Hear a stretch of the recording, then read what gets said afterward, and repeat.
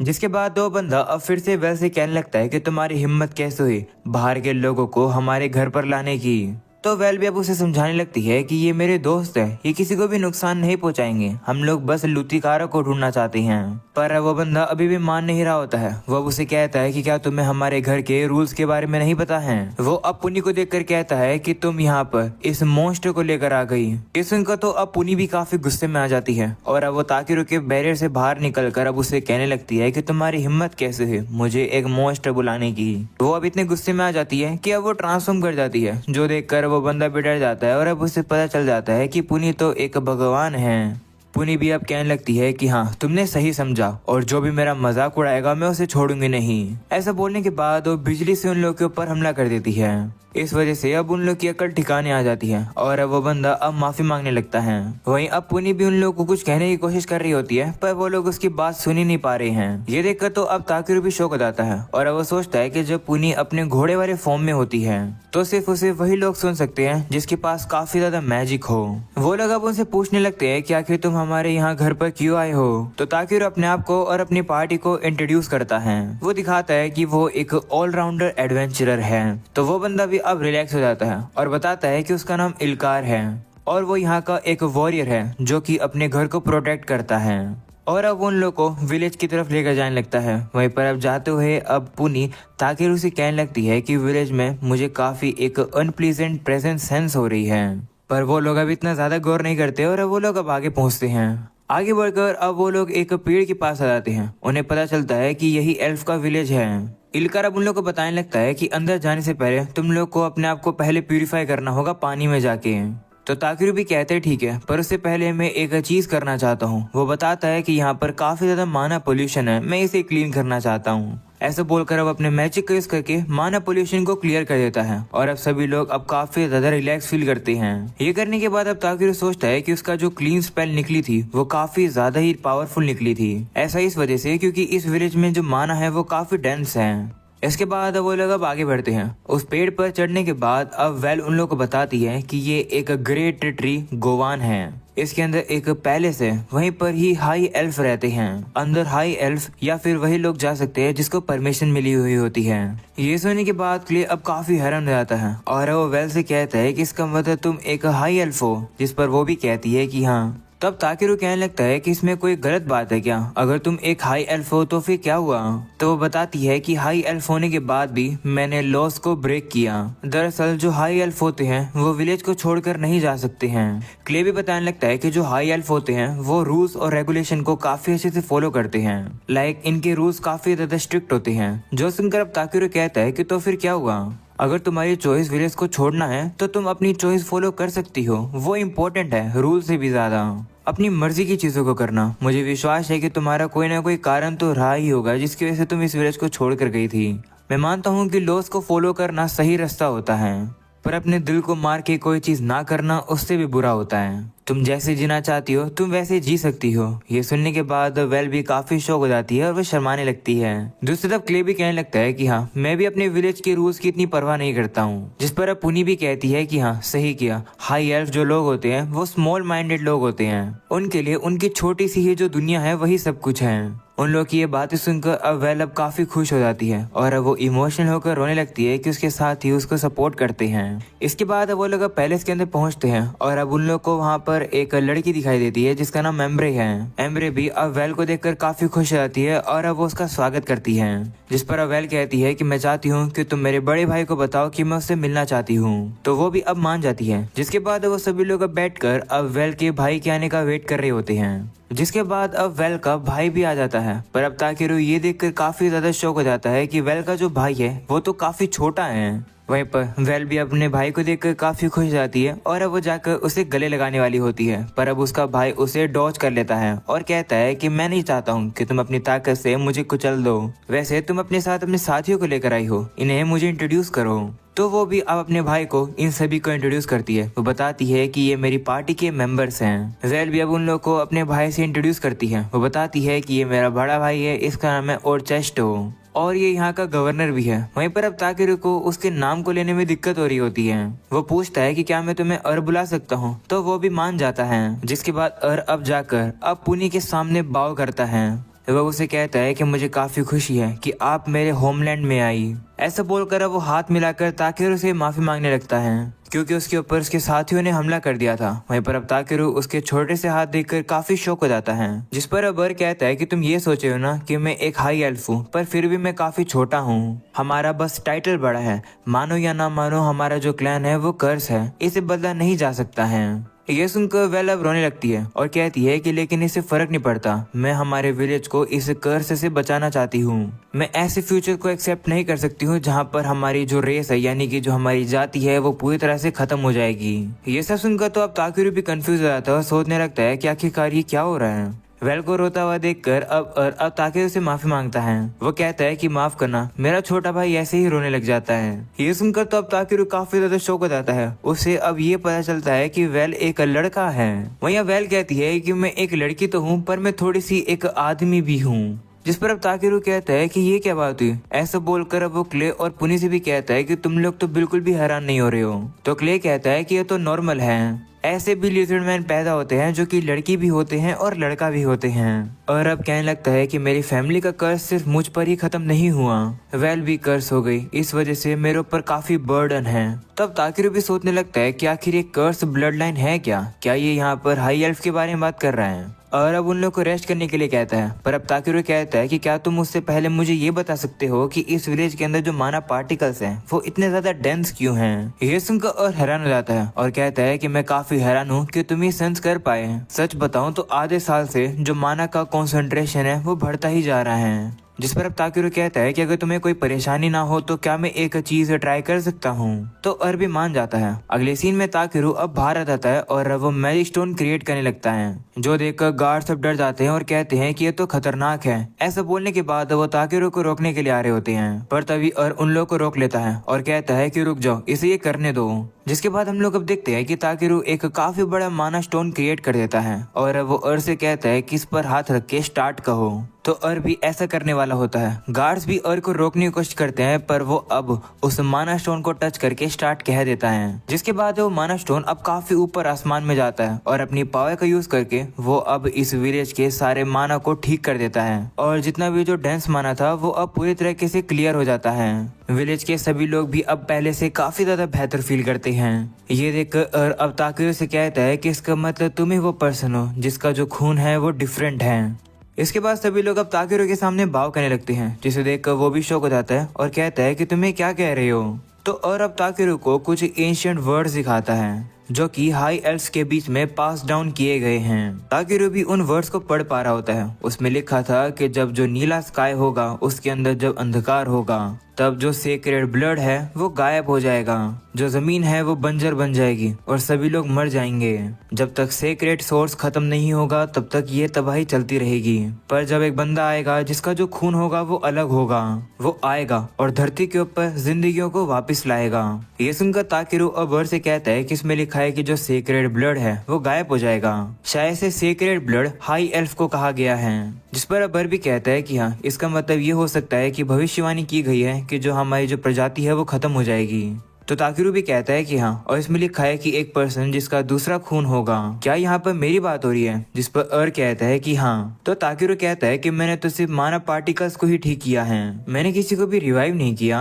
क्या ऐसा हो सकता है कि ये लाइन हाई एल्फ के लिए ना हो? जिस पर अबर भी कहता है कि हम लोग को भी ऐसा ही लगा था। इसके बाद वेल को दिखाया जाता है जो कि बाहर खड़ी होकर अब क्लियर आसमान के मजे ले रही थी। इतने में ताकेरू वहाँ पर आकर उससे कर्ज के बारे में पूछने लगता है, पर वो बता नहीं पा रही होती है। तभी एम्ब्रे वहाँ आती है और वह कहती है कि मैं बताती हूँ। वो बताती है कि इस कर्ज का मतलब एक मिस्टीरियस बीमारी से है जो कि हाई एल्फ को होती है। ये बीमारी काफी जनरेशन पहले हाई एल्फ के बच्चों में देखने को मिली थी।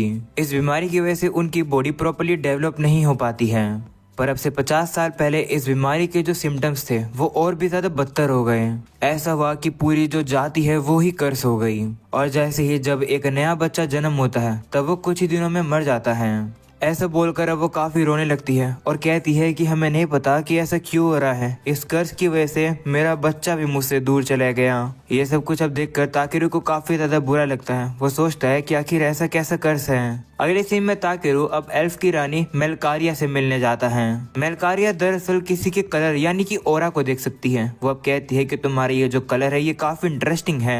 तभी अब उसे बी के बारे में भी पता चल जाता है कि बी एक एंशिएंट ड्रैगन का बच्चा है। वो अब ताकेरू से कहती है कि मैंने सुना कि तुमने हमारे लैंड के ऊपर जो मानव पार्टिकल्स हैं उन्हें भी ठीक कर दिया, इसके लिए शुक्रिया। तो अब ताकेरू कहता है कि मैं भी कुछ जानना चाहता हूँ। मुझे ये बताओ कि जब आधे साल पहले जब माना के जो पार्टिकल डांस होने शुरू करे थे तब क्या उस समय पर जो ग्राउंड है वो हिलने लगी थी? तो वो कहती है कि हाँ, उस समय पर एक काफी भयंकर भूकंप आया था जिसकी वजह से नदियों का रुख भी बदल गया। अब ताकेरू कहता है कि मुझे ये शक है कि उस अर्थक्वेक की वजह से एक मॉन्स्टर अवेकन हो गया होगा, उसी की वजह से जो ये माना का फ्लो है ये बिगड़ गया है। तो मेलकारिया कहती है कि अगर ऐसी बात है तो अगर तुम हमारी मदद कर सकते हो तो प्लीज करो। तो ताकेरू भी कहता है ठीक है। अगले सीन में ताकेरू अपनी पार्टी के पास आता है और उन्हें सारी बातें बताता है। वो अब उन्हें ये भी बताता है कि मैं वो नहीं हूँ जिसके बारे में एंशिएंट वर्ड्स में लिखा गया है, यानी कि वो पर्सन जिसका खून अलग है। ऐसा बोलकर ताकेरू अब उस जगह पर एक बैरियर लगाया था जिससे कि बाहर वाले लोग उनकी बातों को ना सुन सके। वो बताता है कि मैंने एम्ब्रे और क्वीन की बॉडी को स्कैन किया। स्कैन करके मुझे पता चला कि तीनों को ही एबनॉर्मेलिटीज हैं। बेसिकली तुम्हारे जीन्स यानी कि वो जीन्स जो कि तुम लोग को तुम्हारे एंसेस्टर से मिले हैं उन्हीं में ही कुछ गड़बड़ी है। ये सुनकर क्ले कहता है कि तो फिर ऐसा आखिरकार हुआ कैसे? तो ताकेरू पूछता है कि एम्ब्रे का हस्बैंड कौन है? तो वेल बताती है कि वो उसका जुड़वा भाई है। तो अब ताकेरू को सारी बातें समझ आ जाती है कि आखिर चल क्या रहा है। वो अब कहता है कि जो हाई एल्फ है वो कर्स नहीं है। ऐसा बोलने के बाद ताकेरू अब मन में हम लोग को बताता है कि क्योंकि जो एल्फ है वो बाहर के लोगों के पास नहीं जाते हैं, इसी वजह से वो लोग अब आपस में ही अपने रिलेटिव से ही शादी कर लेते हैं, जिसकी वजह से जो ब्लड लाइन के जीन्स हैं वो मैच्ड अप हो गए हैं। अगर तुम लोग को इस बीमारी को ठीक करना है तो तुम लोग को ऐसे हाई एल्फ से शादी करनी होगी जो कि दूसरे लैंड के हों। जो एंशिएंट स्क्रिप्ट में जो दूसरे खून का जिक्र किया था इसका मतलब शायद यही है। ये सुनकर वेल अब काफी ज्यादा इमोशनल हो जाती है और कहती है कि क्या इसका मतलब बस हमें सिर्फ इतना ही करना है? इसका मतलब हम लोग कभी कर्स थे ही नहीं। जैसा तुमने कहा अगर हम लोग वैसे करेंगे तो आगे जो बच्चा जन्म होगा वो कभी भी मरेगा नहीं। ये तो काफी खुशी वाली बात है। वहीं पर अब क्ले कहते हैं कि लेकिन हम लोग बाकी के सभी एल्फ को बताएंगे कैसे? क्योंकि यहाँ पर तो आपस में ही शादी करने का ट्रेडिशन चलता आ रहा है, तो इसे बदलेंगे कैसे?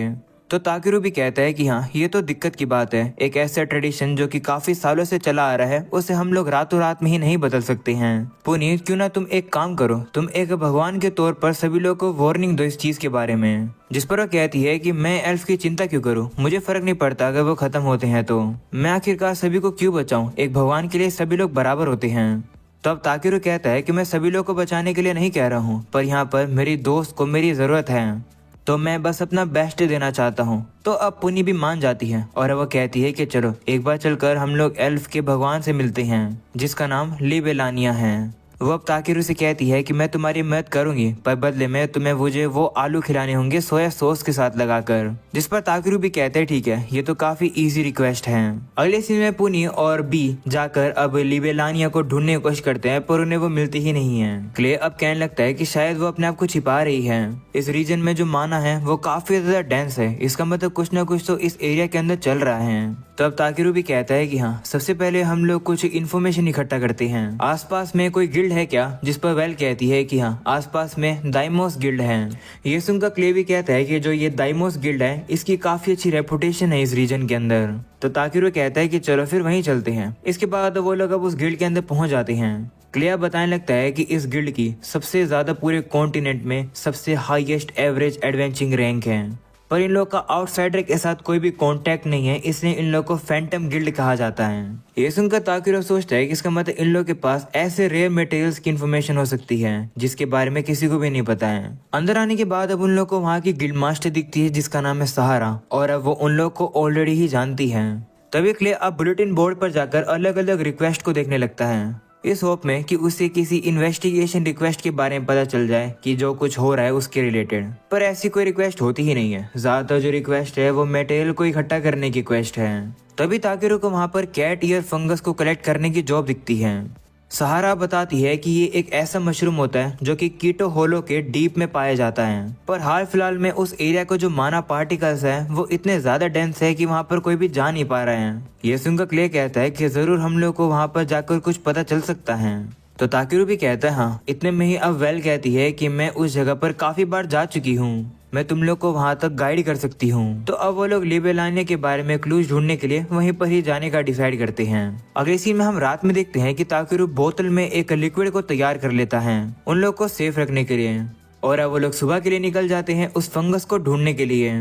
वो लोग अब उस जगह पर पहुंचने वाले ही होते हैं, पर उससे पहले ही अब वहाँ का जो माना है वो डांस होना शुरू हो जाता है। तो ताकेरू अब उन्हीं लिक्विड को बाहर निकालकर क्ले और वेल को इसे पीने के लिए कहता है। अगले सीन में वो लोग अब उस जगह पर पहुंच जाते हैं, पर अब वो लोग अब एंट्रेंस में देखते हैं कि काफी ज्यादा हाई लेवल के जो मॉन्स्टर है वो ऑलरेडी वहाँ पर मरे हुए हैं। तभी क्ले और वेल आगे जाने की कोशिश करते हैं, पर अब वहाँ पर माना पार्टिकल्स डेंस होने की वजह से अब उन लोग को सांस लेने में काफी दिक्कत हो रही होती है। तो ताकेरू जल्दी से क्लीन यूज करके उन लोग की जान बचा लेता है। वह उन लोग को वही मैजिक टूल को एक्टिवेट करने के लिए कहता है। ये दरअसल एक ऐसा मैजिक टूल है जो कि उन्हें स्ट्रॉन्ग माना पार्टिकल से बचा कर रखेगा। वो लोग अब देखते हैं कि जहाँ पर उन लोग को जाना है वहां से काफी ज्यादा हाई माना निकल रहा है, और उसी की ही वजह से ये जो पावरफुल मॉन्स्टर्स है ये मरे हुए थे। ताकेरू अब सोचने लगता है कि शायद से इतने डेंस माने की वजह से पुनी को भी दिक्कत हो सकती है, तो इसलिए अब वो उसे बाहर रुकने के लिए कहता है। पर अब वो अपने साइज को छोटा कर लेती है और कहती है कि मैं तुम लोग के साथ ही चलूंगी, इससे मुझे अब कोई तकलीफ नहीं होगी। इसके बाद वो लोग अब उस गुफा के अंदर चले जाते हैं। यहाँ का नज़ारा पहले से काफी अलग लग रहा होता है, जो देखकर वेल कहती है कि आखिर यहाँ पर हुआ क्या है। तभी अचानक से उनके सामने एक ऐसा मॉन्स्टर आ जाता है जो कि उन लोगों ने पहले कभी नहीं देखा।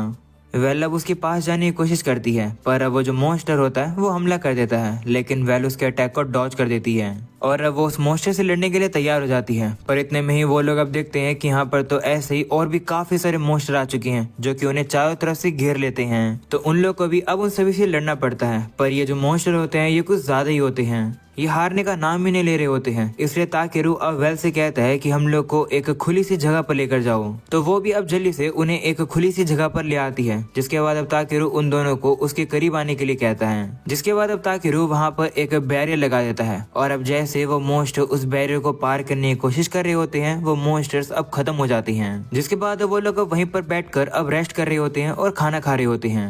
ताकेरू अब वेल से पूछने लगता है कि ये गुफा और कितनी लंबी है। तो वो बताती है कि थोड़ी दूर चलकर ही अल्टर आ जाएगा। वो बताती है कि यहाँ का जो अल्टर है ये थोड़ा सा अलग है, क्योंकि लिबेलानिया के लिए जो अल्टर बनाए गए हैं उनका जो डिजाइन है वो डिफरेंट होता है। वो कहती है कि विलेज के किसी भी लोगों को नहीं पता है कि आखिरकार इस अल्टर को बनाया किसने है जो कि यहाँ पर है।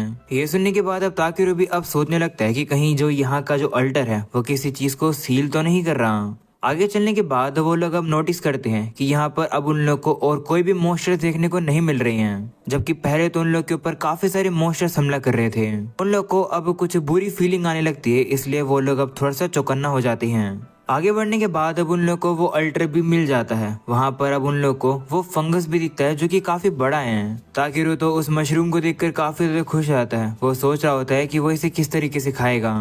तभी वो नोटिस करता है कि जो अल्टर के पीछे वाली दीवार है वो किसी चीज की वजह से टूटकर नीचे गिर गई है। वो सोचता है कि कहीं ऐसा इस वजह से तो नहीं हुआ क्योंकि मैं एंशिएंट ड्रैगन के साथ था तब उस टाइम पर मुझे नहीं लगा था कि उस चीज का इफेक्ट इतनी दूर तक आएगा।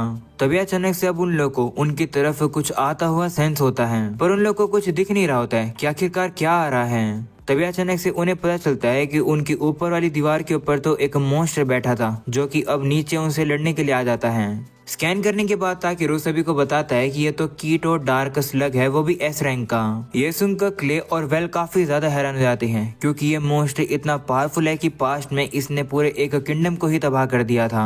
वेल अब कहने लगती है कि हम लोग इसे नहीं हरा सकते हैं, हम लोग को यहाँ से भागना चाहिए। तो ताकेरू कहता है कि नहीं, हम यहाँ से भाग नहीं सकते हैं, हम लोग को ये मशरूम भी लेकर जाना है, और वैसे भी हम लोग यहाँ पर लिबेलानिया के बारे में क्लूज ढूंढने के लिए आए हैं। वैसे भी डरने वाली कोई बात नहीं है, हम लोग इस मॉन्स्टर को हरा सकते हैं क्योंकि इसकी कमजोरी है फायर, और फायर तो बी की स्पेशलिटी है। ऊपर से हमारे पास क्ले भी है जो कि डीमन किंग है। ये सुनकर तो अब क्ले भी अपने इवॉल्व फॉर्म में आ जाता है।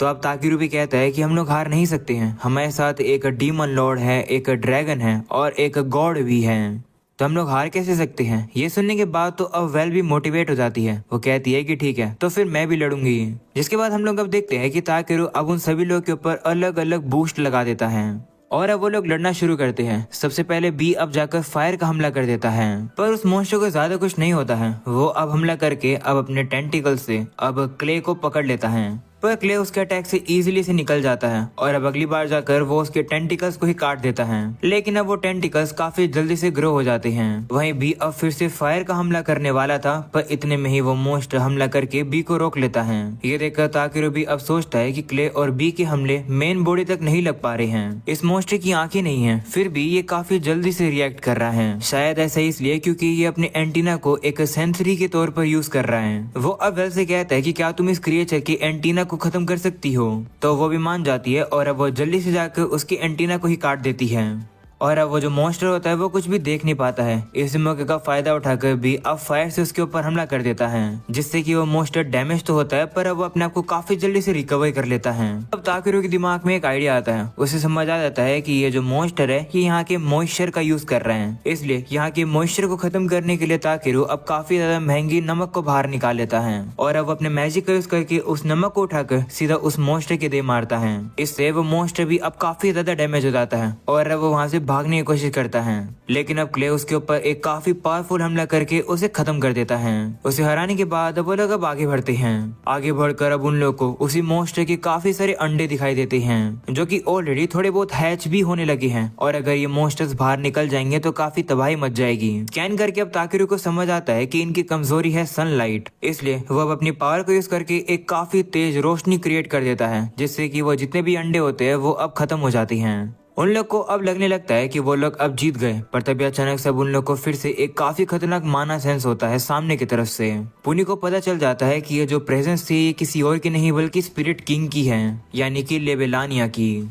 इसके बाद वो लोग अब उड़कर एक क्लिफ के पास आ जाते हैं। वहाँ पर पहुंचकर वेल को पता चलता है कि ये तो नेब्रा वैली है। उन लोग को ये जगह काफी बड़ी और काफी खूबसूरत लगती है।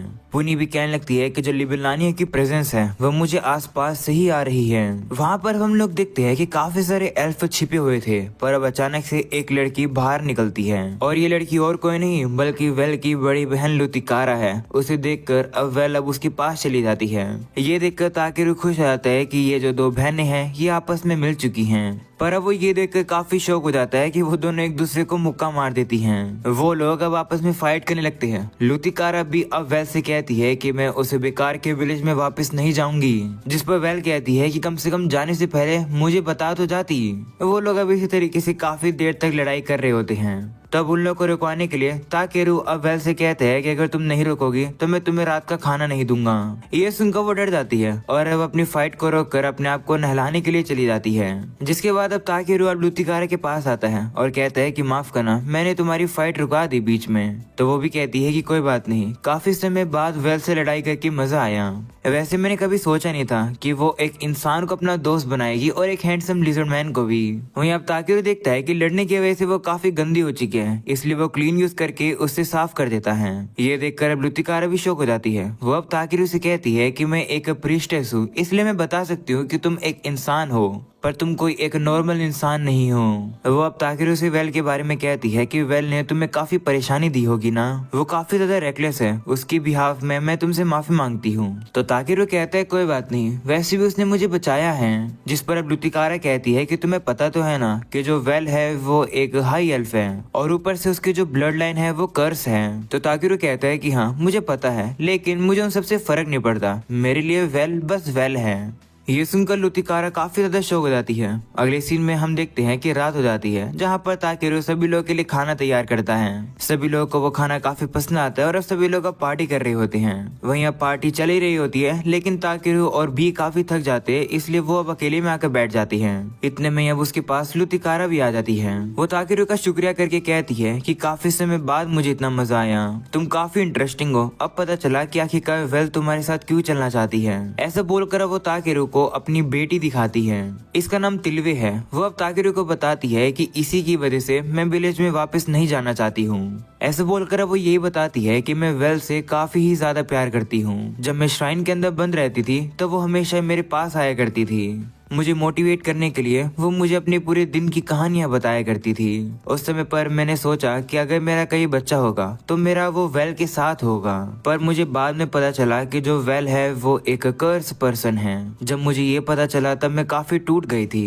जिसके बाद हम लोग को पास्ट का सीन दिखाया जाता है जहाँ पर लुतिकारा वेल से शादी करना चाहती थी, पर विलेज के जितने भी एल्डर्स थे वो उसे मना कर देते हैं, ये कहकर कि अगर तुम वेल से शादी करोगे तो पूरी ब्लड लाइन ही कर्स हो जाएगी। ये सभी चीज लुतिकारा सहन नहीं कर पाती है और इसलिए ही वो विलेज से भागकर एक दूसरे एल्फ से शादी कर लेती है। ये सब सुनने के बाद ताकेरू अब उसे कहता है कि तुमने काफी मेहनत करी है यहाँ तक पहुँचने में, तुमने काफी अच्छा किया। ये सुनकर अब लुतिकारा भी इमोशनल हो जाती है और कहती है कि हाँ, मैंने सही में काफी मेहनत करी है। तभी लुतिकारा का हस्बैंड अब उसे बुला लेता है और अब वो भी वहाँ से चली जाती है। वहीं पर अब ताकेरू देखता है कि सभी लोग खुश हैं। ये देखकर वो कहता है कि लुतिकारा ने घर इसलिए छोड़ा जिससे कि वो अपनी फेट यानी कि अपनी किस्मत को बदल सके। वहीं वेल ने विलेज को इसलिए छोड़ा जिससे कि वो विलेज की किस्मत को बदल सके। ये दोनों काफी कमाल की बहनें हैं। ये दोनों आपस में एक दूसरे की चिंता करती हैं। इतना सब कुछ सहन करने के बाद भी ये लोग स्माइल कर रही हैं। इससे ये प्रूव होता है कि ये लोग सही में काफी ताकतवर हैं। जिसके बाद हमें अब अगले दिन का सीन दिखाया जाता है जहाँ पर वो लोग फॉरेस्ट में आ जाते हैं लिबिलानिया को ढूंढने के लिए।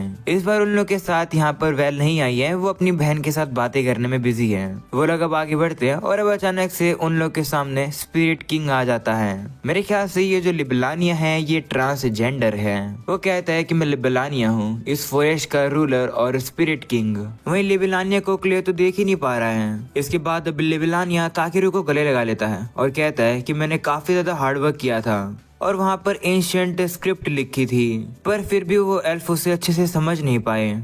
जिसके बाद अब पुनी भी अब उसे कहने लगती है कि तुम्हें इस तरीके से विलेज को अबैंडन करके कहीं और नहीं चले जाना चाहिए था। तो लिबिलानिया भी अब उसे कहता है कि तुम भी तो पत्थर में बनकर सो ही रही थी इतने समय से। ये सुनकर तो पुनी को भी गुस्सा आ जाता है और अब वो लोग अब आपस में ही लड़ने वाले होते हैं। ये देखकर ताकेरू अब उन दोनों को शांत करता है और अब वो लिबिलानिया से कहता है कि प्लीज विलेज में वापस आ जाओ, हम नहीं चाहते हैं कि सभी एल्फ खत्म हो जाएं। तो लिबिलानिया भी मान जाता है और अब अगले सीन में हम देखते हैं कि वो सभी लोग अब एल्फ विलेज में वापस से आ जाते हैं, जहाँ पर लुतिकारा सभी लोगों को अपना बच्चा दिखाती है और कहती है कि ये वो बच्चा है जिसे मैं इस दुनिया के अंदर लेकर आई हूँ। ये सुनकर एल्डर सब गुस्से में आ जाते हैं और कहते हैं कि तुम्हारी हिम्मत कैसे हुई हमारे लैंड के लॉस को ब्रेक करने की, तुमने हमारी सीक्रेट ब्लड लाइन को खराब कर दिया। तो अब लुतिकारा कहती है कि क्या तुम्हें दिख नहीं रहा है कि ये जो मेरा बच्चा है ये काफी हेल्दी है, ऐसा इसी वजह से ही हुआ है क्योंकि मैंने ब्लड लाइन को बदल दिया। वैसे भी हमारे जो पुराने ट्रेडिशन है वो बेकार हैं, हमें उस ट्रेडिशन की जरूरत नहीं है। आखिर आप लोग समझते क्यों नहीं हो? पर वो लोग तो अभी भी समझ नहीं रहे होते हैं, जो देखकर पुनी अपनी पावर्स को यूज करके सभी लोग के सामने लिबिलानिया को लेकर आ जाती है। इसके बाद अब लिबिलानिया को भी सभी लोग देख पा रहे होते हैं। वो अब सभी लोगों से कहता है कि अपनी लड़ाई करना बंद करो। ये सुनकर सभी लोग भी अब शौक हो जाते हैं और अब उसके सामने भाव करते हैं। लिबिलानिया अब उन सभी से कहता है कि हाँ, ये सच बात है कि मैंने तुम्हारे एंसेस्टर से कहा था कि अपनी प्रजाति को बचाएं, पर इसका ये मतलब नहीं था कि तुम लोग अपनी प्रजाति को इस तरीके से आइसोलेट कर लोगे। इस तरीके से तुम्हें सीक्रेट लीनेज के ऊपर यानी कि सीक्रेट ब्लड लाइन के ऊपर भरोसा नहीं करना चाहिए या फिर निर्भर नहीं होना चाहिए। जो लाइफ इस समय पर एग्जिस्ट करती है तुम उन्हें चेरिश करो। उन लोग की बातें सुनने के बाद ताकेरू अब कहता है कि अब हमारे यहाँ पर कोई भी काम नहीं है, एल्फ और लिबिलानिया आपस में बात करके सारी चीजों को ठीक कर लेंगे। इसके बाद वो लोग अब वहाँ से चले जाते हैं। अगले सीन में हम लोग अब देखते हैं कि सभी एल्फ अब डिस्कस करते हैं अपने होमलैंड के फ्यूचर के बारे में। दूसरी तरफ ताकेरू अपने साथियों के पास बैठा होता है और कहता है कि चलो कल बेलकाइम में चलेंगे। ये सुनकर वो लोग शौक हो जाते हैं और कहते हैं कि क्या हम लोग वेल को यहीं पर ही छोड़ देंगे। तो ताकेरू कहता है कि वेल को उसकी बहन भी मिल चुकी है और एल्फ भी खत्म नहीं होंगे और जो डिस्कशन चल रहे हैं वो भी काफी लंबे समय तक चलते रहेंगे। तो हम लोग उसे इस तरीके से अपने साथ नहीं लेकर जा सकते हैं, उसकी जरूरत डिस्कशन के अंदर है, उसकी जरूरत यहाँ पर है। मुझे खुशी है कि उसने हमारी टीम को ज्वाइन किया, पर यह जगह उसका घर है यानी कि उसकी जन्म भूमि है और उससे भी ज्यादा मैं उसकी चॉइसेस को रिस्पेक्ट करना चाहता हूँ। इसके बाद हमें अब अगले दिन का सीन दिखाया जाता है जहाँ पर ताकेरू और उसके साथियों के जाने का समय हो जाता है और क्वीन उन लोग का शुक्रिया करती है अब तक उन लोग की मदद करने के लिए।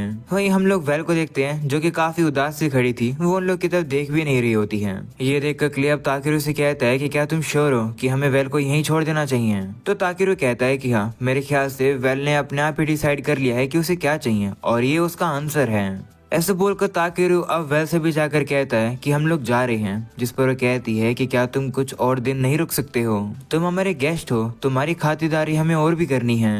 तो ताकेरू कहता है कि तुमने हमारे लिए वैसे भी काफी कुछ कर दिया है और वैसे भी हमें वापस जाकर उन क्वेस्ट के बारे में रिपोर्ट देनी है जो कि हमने कंप्लीट करी है। ये सुनकर वेल अब रोने लगती है और कहती है कि लेकिन ये देखकर क्ले अब उसे कहता है कि ऐसा चेहरा मत बनाओ, हम लोग अभी भी साथ ही हैं, इससे फर्क नहीं पड़ता हम लोग कितने भी दूर चले जाए, हम लोग हमेशा ही साथ ही रहेंगे। अगर तुम्हें हमारी कभी भी मदद की जरूरत पड़े तो बुला लेना।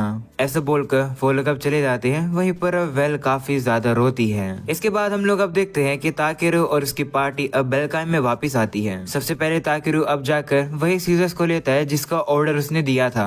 फिर ताकेरू गिल्ड में आकर काफी सारी गैदरिंग क्वेस्ट को लेता है और अब वो उन्हीं सीजर्स का यूज करके मटेरियल्स को गैदर करना शुरू कर देता है। ऐसा होते होते 1 महीना बीत जाता है। वहीं पर हमें वापस से वेल को दिखाया जाता है जो कि अब लुतिकारा के बेटे के साथ खेल रही है। उसे देखकर लुतिकारा अब उसे कहती है कि क्या तुम श्योर हो कि तुम ताकेरू के पास नहीं जाना चाहती हो। जिस पर वो कहती है कि नहीं, मैंने डिसाइड कर लिया है कि मैं हमारे होमलैंड की फेट को यानी कि किस्मत को बदल कर ही रहूंगी, जिससे कि तुम्हारा बच्चा और इस विलेज का जो फ्यूचर है वो हमेशा स्माइल करता रहे। इसके बाद हमें वापस से ताकेरू के ग्रुप को दिखाया जाता है जो कि मॉन्स्टर्स को मारने की क्वेस्ट को कंप्लीट कर देते हैं। और अब ताकेरू कहता है कि अगली बार मैं ओशन देखना चाहता हूँ। तो क्ले कहता है कि ऐसी बात है तो हमें डानुशो के पोर्ट में जाना चाहिए। तो ताकेरू कहता है ठीक है, पर उससे पहले हमें गिल्ड का कुछ अधूरा काम पूरा करना पड़ेगा, तब तक के लिए हमें यहीं रहना पड़ेगा। तो वो लोग कहते हैं कि लेकिन उससे पहले तुम्हें इससे डील करना चाहिए। वो लोग यहाँ पर वेल की बात कर रहे हैं जो कि उसी लीच के ऊपर बैठकर वहाँ पर पहुँच चुकी है। उसे वहाँ पर देखकर ताकेरू हैरान हो जाता है और कहता है कि तुम यहाँ क्या कर रही हो, तुम्हारे विलेज का क्या होगा अगर तुम यहाँ आ जाओगी तो वो कहती है कि विलेज के सभी लोगों ने मुझे आगे बढ़ने के लिए कहा है। उन्होंने कहा है कि मैं जाकर बाहर की दुनिया को देखूं। हमें पता चलता है कि ये सारी चीजों को गॉड भी देख रहा था। वो अब कहने लगता है कि विश्वास नहीं हो रहा कि ताकेरू ने पूरी एक प्रजाति को ही बदल दिया। तुम काफी अच्छा कर रहे हो ताकेरू, इसी तरीके से करते रहो, मैं तुम्हें हमेशा देखता रहूंगा। दूसरी तरफ अब ताकेरू भी मान जाता है वेल को पार्टी ज्वाइन करने के लिए और अब उनकी अगली डेस्टिनेशन है ओशियन। ताकेरू अब मन ही मन में खुश हो जाता है और कहता है कि अभी भी मुझे एक ऐसी दुनिया देखनी है जो कि मैंने अभी तक पूरी नहीं देखी है। वो अब याद करता है किस तरीके से वो इस दुनिया के अंदर आया, उसने क्या क्या एडवेंचर किए। वो सब याद करके ताकेरू अब कहता है कि अभी भी काफी सारे एडवेंचर है जो कि देखने रहते हैं। हमें नहीं पता कि कल क्या होने वाला है, लेकिन हम लोग आज को कल के लिए जीते हैं और उससे भी ज्यादा हम लोग आज इसलिए जीते हैं जिससे कि हम लोग टेस्टी खाना खा सकें। जिसके बाद अब ताकेरू अपनी पार्टी से कहता है कि चलो चलते हैं और अब सभी लोग भी मान जाते हैं। जिसके बाद हम लोग अब देखते हैं कि वो लोग फाइनली अब ओशन में पहुंच चुके हैं। वहां पर पहुंचकर वहां का वो लोग अब टेस्टी खाना खाते हैं और काफी इंजॉय करते हैं। और अब इसी के साथ ये एनीमे यहीं खत्म हो जाती है। आई होप कि तुम लोग को ये एनीमे पसंद आई होगी। अगर तुम लोग को पसंद आई है और अगर तुम लोगों ने अभी तक चैनल को सब्सक्राइब नहीं करा है तो सब्सक्राइब करके ऑल नोटिफिकेशन यहाँ से ऑन कर दो। मैं मिलूंगा तुम लोगों से काफी जल्द फिर से एक नई सीरीज के अंदर। तब तक के लिए बाय बाय।